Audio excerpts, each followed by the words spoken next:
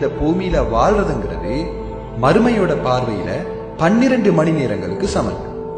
இன்னும் அதுல பாதியா குறைச்சோம்னா 250 வருடங்கள் இந்த பூமியில வாழ்றது மறுமையிட பார்வையில 6 மணி நேரத்துக்கு தான் சமம். இன்னும் பாதியா குறைப்போம், 125 வருடங்கள் வாழ்றது மறுமையிட பார்வையில 3 மணி நேரத்துக்கு தான் சமம். இன்னும் அதுல பாதியா குறைச்சோம்னா 62.5 வருடங்கள் இந்த பூமியில வாழ்றதுன்றது ஒருவர் மஹ்ஷர்ட பார்வையில 1.5 மணி நேரம் வாழ்ந்ததுக்கு சமன்.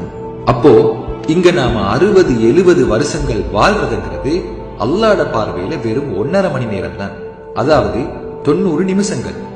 உண்மையிலேயே நம்ம ஆயுள் காலம் 90 நிமிஷங்கள் தான். சுபஹானல்லாஹ், இந்த 90 நிமிட வாழ்க்கைக்கு தானா மனுஷன் இவ்வளவு ஆட்டம் போடுறான்? பொறாமப்படுறதும் பொருள் சேர்க்கிறதும் சண்டை பிடிக்கிறதும் இந்த வெறும் 90 நிமிட வாழ்க்கைக்கு தானா? நினைக்கவே வெக்கமாயிருக்கு. நம்மள மஹ்ஷர்ல எழுப்பி அல்லாஹ் கேட்கிற கேள்வி ஞாபகம் இருக்கா? எவ்வளவு காலம் நீங்க பூமியில இருந்தீங்கன்னு அல்லாஹ் கேட்பானே, அது இதுதான். அதுக்கு நாம சொல்ல போற பதில் என்ன தெரியுமா? ஒரு நாள், இல்லைன்னா ஒரு நாள்ல கொஞ்ச நேரம் பூமியில இருந்திருப்போம் அப்படின்னு தான் சொல்லுவோம். இதுதான் அந்த கேள்வியையும் அதோட பதிலையும் இருக்கிற ஆழமான செய்தி. இப்போ புரியுதா உலக வாழ்க்கை எந்த அளவு அற்பமானதுன்னு? இன்னும் கொஞ்சம் யோசிச்சு பார்த்தா நாம யாரும் இதுக்கப்புறம் 1.5 மணி நேரம் முழுசா வாழ போறது இல்லை. ஏன்னா 60 வயதுங்கிறத 3ஆல பிரிச்சு பாருங்க, 20 20 20. அதே போல 1.5 மணி நேரத்தையும் 3ஆல பிரிச்சு பாருங்க, அரை மணி நேரம் அரை மணி நேரம் அரை மணி நேரம். அப்படின்னா ஒருத்தருக்கு 20 வயது முடிஞ்சதுன்னா அவரோட அரை மணி நேரம் முடிஞ்சதுன்னு அர்த்தம். ஒருத்தருக்கு 40 வயது முடிஞ்சதுன்னா அவரோட 1 மணி நேரம் முடிஞ்சதுன்னு அர்த்தம்.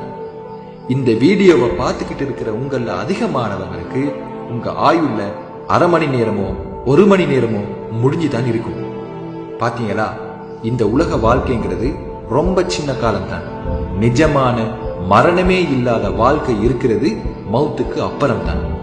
அதனால தான் அல்லாஹ் அல் குர்ஆன்ல ஹலகல் மௌத வல் ஹயாத, மரணத்தையும் வாழ்வையும் படைத்தான்னு மரணத்தை முன்னாடியும் வாழ்க்கைய பின்னாடியும் சொல்லி இருக்கிறான். இந்த உலகம் நிரந்தரமானதல்ல.